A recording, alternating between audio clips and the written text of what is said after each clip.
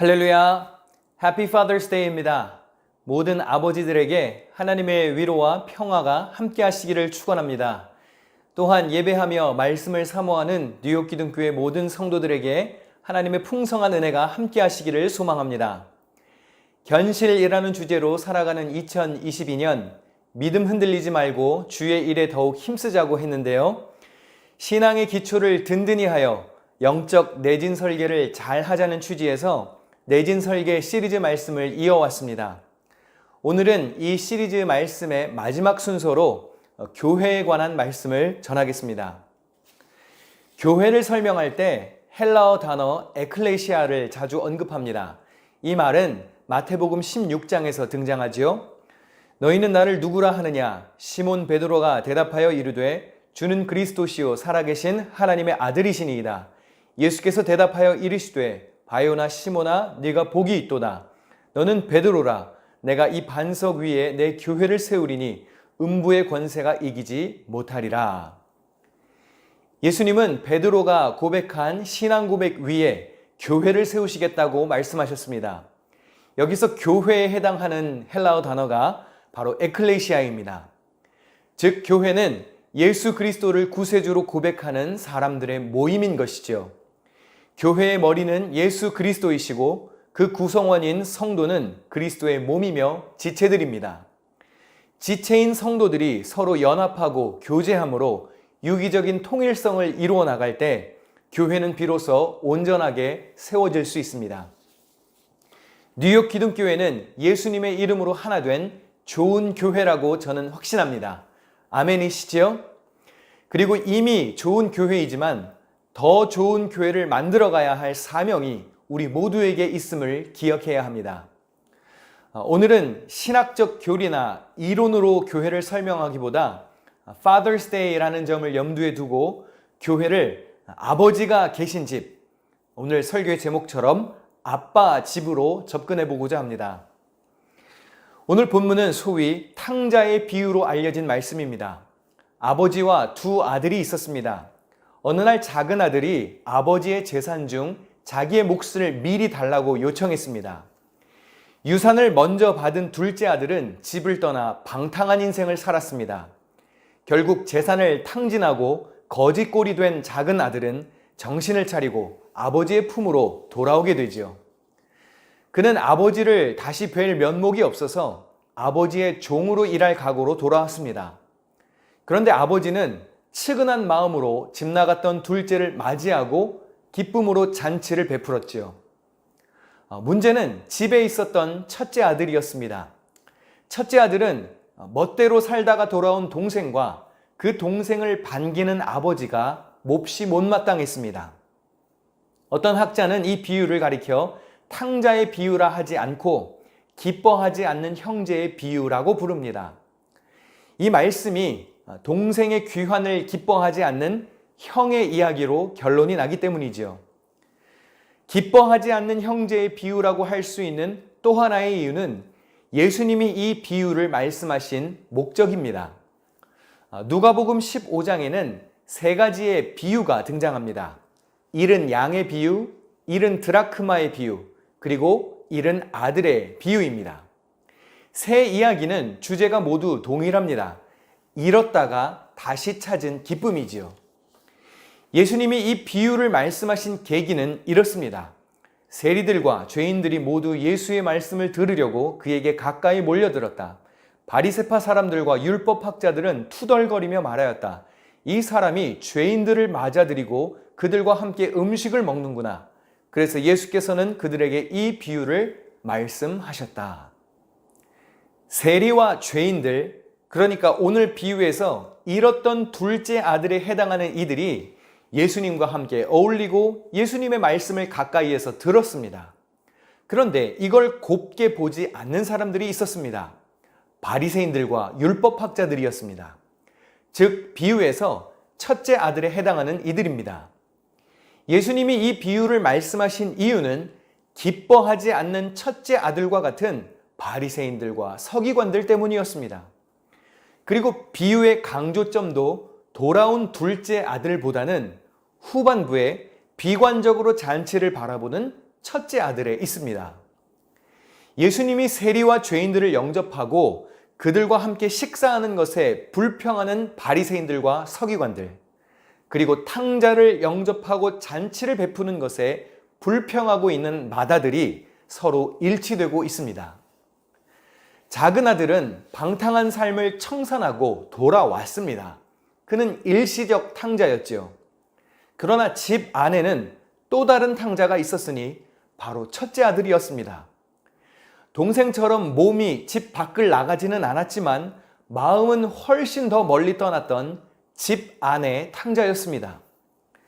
첫째는 동생에게 잔치를 베푼 아버지에게 화가 나서 이렇게 투덜거립니다.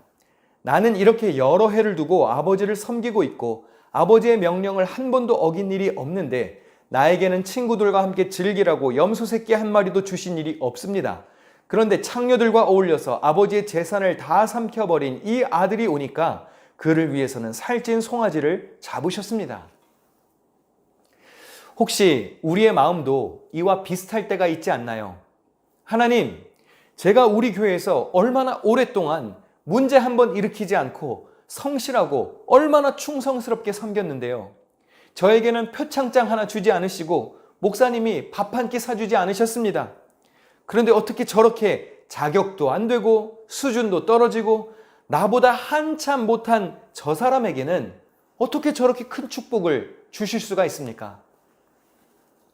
여러분이 혹시 이런 마음을 갖고 계시다면 아버지가 되시는 하나님의 마음을 헤아리지 못하고 있는 것입니다. 아버지의 마음은 이렇습니다. 얘야, 너는 늘 나와 함께 있으니 내가 가진 모든 것은 다 네 것이다.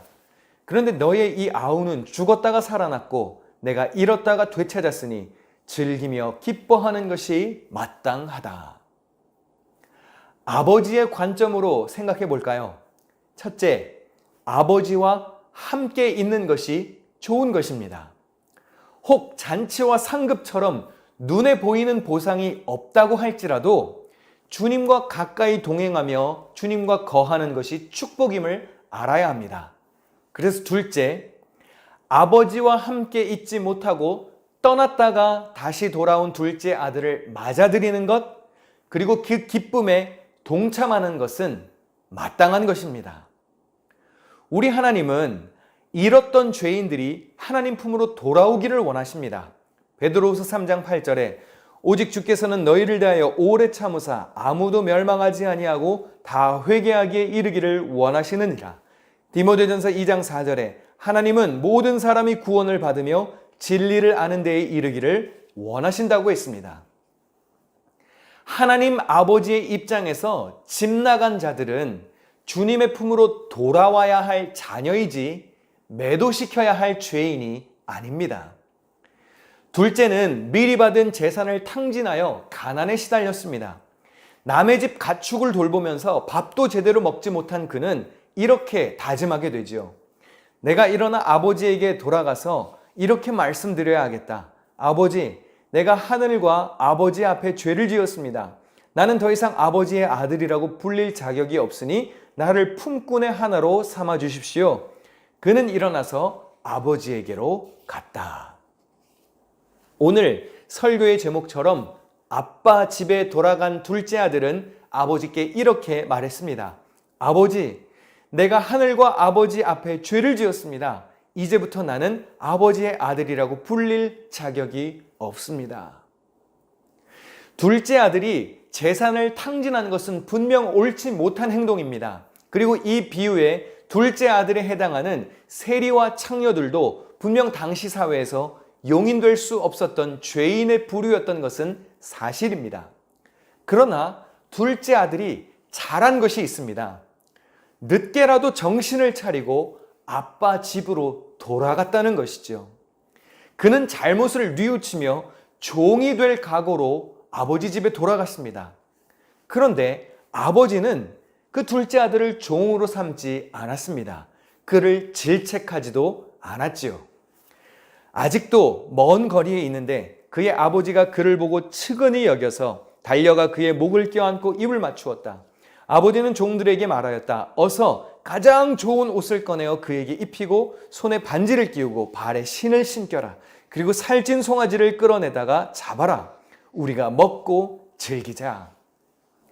아버지는 아들을 잃었다가 다시 찾은 게 너무 기뻐서 잔치를 열었습니다. 아빠 집에 돌아온 것이 기뻤기 때문이죠. 멀리서부터 아들이 돌아오는 모습을 지켜보며 기다렸습니다. 얼마나 설레고 감격스러웠겠습니까?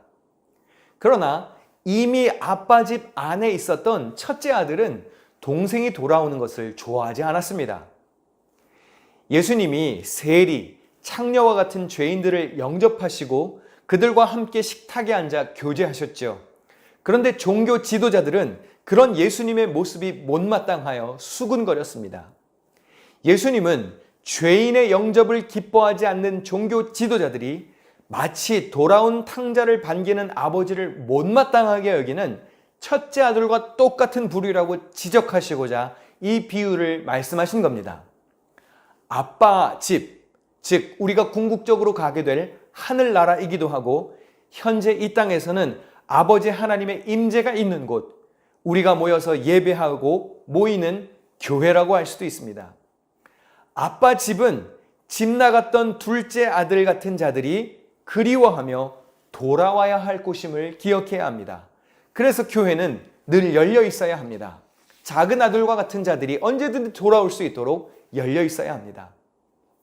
어쩌면 우리는 첫째 아들처럼 아버지의 마음을 바르게 헤아리지 못하고 있을지 모릅니다.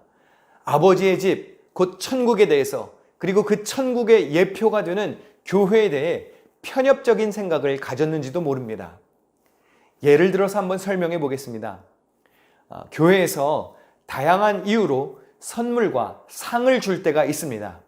대접을 하고 먹이고 접대하는 경우도 있지요.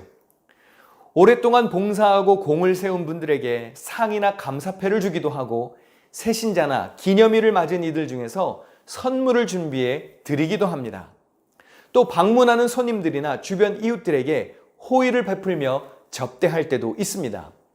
그런데 이렇게 교회에서 선물과 상을 주는 것, 또 각종 접대 행위를 하는 것을 비판적으로 바라보는 분들도 있습니다. 나중에 천국에 가서 하늘 상급을 받아야지 왜 교회에서 시상하고 위로하는 일에 돈을 쓰냐고, 교회에서는 대가를 바라지 않고 봉사해야 하고 사람들에게 주는 선물은 낭비라고 주장하는 이들이 있습니다. 그 마음 이해합니다. 그리고 진짜 상은 천국에서 받아야 하는 것도 사실입니다. 틀린 말씀은 아니죠. 그러나 너무 그렇게 빡빡하게 생각하실 필요도 없습니다. 편향적인 신앙에서 벗어나 더 큰 그림을 보아야 합니다. 아버지의 마음을 헤아릴 수 있어야 합니다. 우리가 하늘나라에 갈 사람들이기는 하지만 이 땅에 사는 동안에는 이 땅을 하늘나라로 만들어가는 연습을 하면서 살아야 합니다. 다시 말해서 하나님의 나라는 이런 곳이야 라고 이 땅에서부터 미리 알려주어야 한다는 것입니다. 그래서 하늘나라의 은혜가 어떤 것인지 이 땅에 있는 동안 특히 교회 안에서 맛보게 해야 합니다. 우리가 아이들에게 밥을 막 굶기면서 야, 너 하늘나라에 가서 밥 많이 먹을 거니까 이 땅에서 밥 먹지 마. 그리고 아이들을 굶기지는 않죠. 그런 생각을 가진 부모는 잘못된 생각으로 아이를 양육하는 겁니다. 물론 훗날 하늘나라에 가서 풍성한 천국의 잔치를 누려야지요. 그러나 이 땅에서도 하늘나라가 이루어지도록 힘써야 합니다. 교회에서 교인들에게 상을 주고 선물을 주고 돈을 들여서 위로하고 격려하는 이유는 간단합니다. 천국에도 상이 있다는 것을 미리 알려주기 위함입니다. 히브리서 11장 6절 말씀입니다. 하나님께 나아가는 자는 반드시 그가 계신 것과 또한 그가 자기를 찾는 자들에게 상 주시는 이심을 믿어야 할지니라. 하나님은 상을 주시는 분이랍니다. 하나님이 상을 주는 분이신데 그럼 교회에서도 상 줍시다. 하늘의 뜻이 이 땅에서도 이루어지게 해야죠. 천국에서 받을 진짜 상이 물론 훨씬 크겠지만 아버지의 집이라 여겨지는 교회에서 우리 미리 상 받는 연습을 하며 살자는 말입니다. 교회가 성도들에게, 특별히 교육부 자녀들에게 상을 받는 기쁨과 은혜를 입는 즐거움을 교육해야 합니다. 교회는 천국의 기쁨을 미리 맛보게 하는 곳이어야 합니다. 선물도 푸짐하게 주고 간식도 이왕 줄 거면 푸짐하게 주어야 합니다. 교회에서 상을 주지 않아도 물론 기쁘게 일하고 섬기겠지만 교회가 줄 수 있으니 감사한 것이고 받는 이들은 받을 수 있으니 영광스럽고 또 감사한 것이죠. 그러니까 교회에서 성도들이나 아이들에게 각종 선물이나 상을 주는 것 가지고 은혜 베푸는 일을 가지고 너무 시비 걸지 말아야 합니다. 그런 것을 못마땅하게 여기는 자는 오늘 비유에서 둘째에게 잔치를 베푸는 아버지를 삐딱하게 바라보는 첫째 아들과 같은 태도를 가진 것입니다.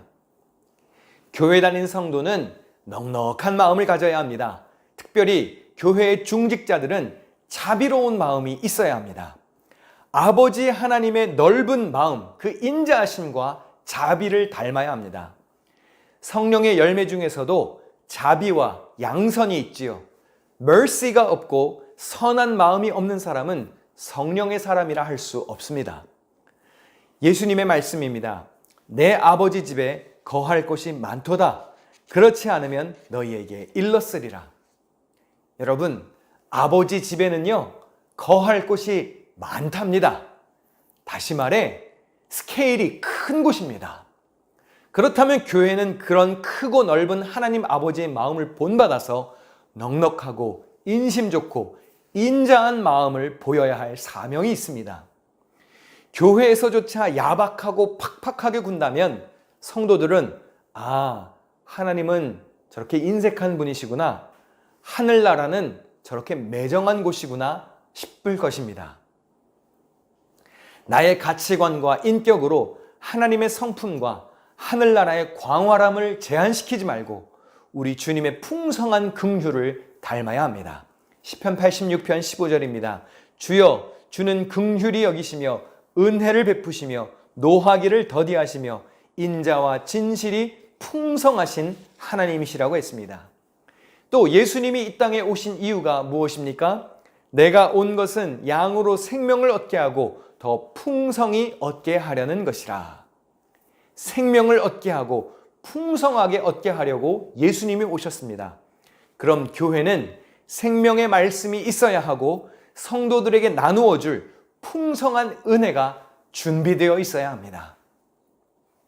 비유에 등장하는 둘째가 재산을 탕진하고 배가 고파서 자신의 선택을 후회했을 때 아버지의 집으로 돌아가겠다고 생각한 이유가 무엇이었지요? 내 아버지의 그 많은 품꾼들에게는 먹을 것이 남아도는데 했습니다. 아버지의 집이 풍성한 곳이라는 생각을 한 것입니다. 넉넉한 곳이니 돌아가고 싶고 내가 돌아가도 괜찮다고 생각한 겁니다. 하늘 아버지가 계신 저 천국도, 그분을 예배하기 위해 모이는 교회도, 그리고 육신의 아버지가 계신 그 부모의 집도 풍성한 곳이 되어야 합니다. 나누어 줄 곳이 넉넉하게 있어야 합니다. 하나님이 태초에 에덴 동산을 창조하시고 뭐라고 하셨습니까? 주 하나님이 사람에게 명하셨다. 동산에 있는 모든 나무의 열매는 네가 먹고 싶은 대로 먹어라. 그러나 선과 악을 알게 하는 나무의 열매만은 먹어서는 안 된다. 하나님은 딱 하나를 제외하고 모든 것을 다 마음껏 먹게 하셨습니다. 다시 말해서 풍성한 은혜를 베풀어 주셨습니다. 그런데 그런 인자한 하나님의 마음을 아주 인색하고 궁색하게 변질시키는 존재가 있었습니다. 바로 교활한 뱀이었죠. 뱀이 여자에게 물어 이르되 하나님이 참으로 너에게 동산 모든 나무의 열매를 먹지 말라 하시더냐. 자, 질문이 무언가 좀 이상하지 않습니까? 참으로 너에게 동산 모든 나무의 열매를 먹지 말라 하시더냐 하며 접근했습니다. 그런데 하나님은 그렇게 말씀하신 적이 없죠. 선악과 빼고 모든 나무의 열매를 다 자유롭게 먹으라고 하셨습니다. 그런데 뱀은 이 사실을 왜곡시킵니다. 마치 하나님이 모든 것을 금지시킨 분처럼 인자함도 없고 인색하고 무자비한 분으로 변질시키며 질문합니다. 여러분 잘 들으셔야 합니다. 하나님과 교회를 치사하고 메마른 곳으로 만드는 이들은 창세기 3장에서 뱀이 했던 짓을 되풀이하는 겁니다. 그건 잘못된 일입니다. 우리가 무슨 자격으로 하나님의 교회를 인색한 곳으로 변질시켜야 하겠습니까? 교회가 성도들에게 또 우리 교육부 미래의 자녀들에게 너무 퍼주면 버릇 나빠진다고, 그 너무 스포일 시키는 거라고 질책하는 이들도 있습니다. 근데 저는 그렇게 생각하지 않습니다. 여기 어른들 잘 들으십시오. 그렇게 말하는 어른들 가만히 보면 자기가 제일 스포일 됐습니다. 하나님이 본인에게 베푸신 은총이 얼마나 큰데 내로남불 같은 발언을 하는 겁니다. 내로남불이 뭐죠? 내가 하면 로맨스고 남이 하면 불륜이라는 거죠. 내가 받은 선물은 은혜이고 남이 받는 선물은 스포일 되는 건가요? 우리 하나 분명히 해야 할 게 있습니다. Are we not also spoiled by the grace of our Father? 여러분, 우리 모두는 다 하나님의 그 크신 은총으로 다 스포일된 자녀들 아닙니까? 신명기 33장 29절입니다. 이스라엘이여 너는 행복한 사람이로다. 여호와의 구원을 너같이 얻은 백성이 누구냐? 우리가 하나님께 받은 구원의 은혜가 얼마나 큰데 우리는 이미 다 행복에 겨운 자들입니다. 우리는 이미 다 하나님의 은혜로 스포일된 사람들입니다. 그런데 우리가 둘째 아들과 같은 잃어버린 이들을 향해서 잔치를 베푸는 것을 바라보며 첫째 아들처럼 삐딱한 태도를 취할 자격이 있을까요? 함께 즐거워하고 기뻐하는 것이 마땅하다고 했습니다. 교회는 어떤 곳이 되어야 할까요? 둘째 아들과 같은 이들에게 잔치 베푸는 것을 함께 기뻐하는 모임이 교회여야 합니다. 로마서 12장 15절에 즐거워하는 자들과 함께 즐거워하고 우는 자들과 함께 울라고 했죠. 함께 즐거워하는 것과 함께 우는 것, 이 두 가지 중에서 무엇이 더 어렵겠습니까? 사실 우는 자들과 함께 우는 것은 그렇게 어렵지 않습니다. 약간의 마음만 연다면 슬픔에 동참할 수 있습니다. 그런데 즐거워하는 자들과 함께 즐거워하려면 오늘 비유에 등장하는 아버지의 마음이 있어야 합니다. 너의 기쁨이 나의 기쁨이 되어야만 함께 잔치에 참여할 수 있습니다. 첫째 아들처럼 삐뚤어진 마음을 가진 사람은 잔치에 참여하지 않습니다. 본문 28절에 큰 아들은 화가 나서 집으로 들어가려고 하지 않았다고 했습니다. 여러분, 첫째 아들처럼 잔치 자리 밖에서 삐딱한 태도로 바라보시겠습니까? 큰 아들은 잔치를 베푸는 아버지와 방탕하게 살았던 동생이 모두 못마땅하여 잔치에 들어가지 않았습니다. 이것은 아버지를 기쁘게 하는 삶이라 할 수 없지요. 첫째 아들은 몸은 아버지 곁에 늘 있었는지 모르지만 마음은 저 멀리 떠난 진짜 탕자였습니다. 여러분, 첫째 아들처럼 되지 마시기를 강하게 권면합니다. 교회는 떠났다가 돌아온 둘째 아들을 끌어안고 잔치하는 곳이어야 합니다. 그런 아버지가 있는 곳이 교회이고 하늘나라입니다. 사랑하는 뉴욕 기둥교회 성도 여러분, 저는 2022년 상반기 동안 내진 설계라는 주제로 시리즈 설교를 촬영하여 여러분께 보냈습니다. 신학교에서 조직신학이라는 과목에서 가르치는 기독교 신앙의 기초 주제들을 딱딱하지 않고 쉽게 전달하고자 힘썼습니다. 이것이 교리와 이론에 그치지 않고 우리 삶의 현실에 와닿을 수 있게 전달하려고 나름대로 노력해 보았습니다. 오늘 그 시리즈의 마지막 순서로 Father's Day에 아버지 하나님의 마음과 그 아버지의 임재가 가득한 교회에 대해 말씀을 전하는 것이 큰 의미가 있다고 봅니다. 우리 교회가 하늘 아버지의 집을 닮은 곳이 되기를 소망합니다.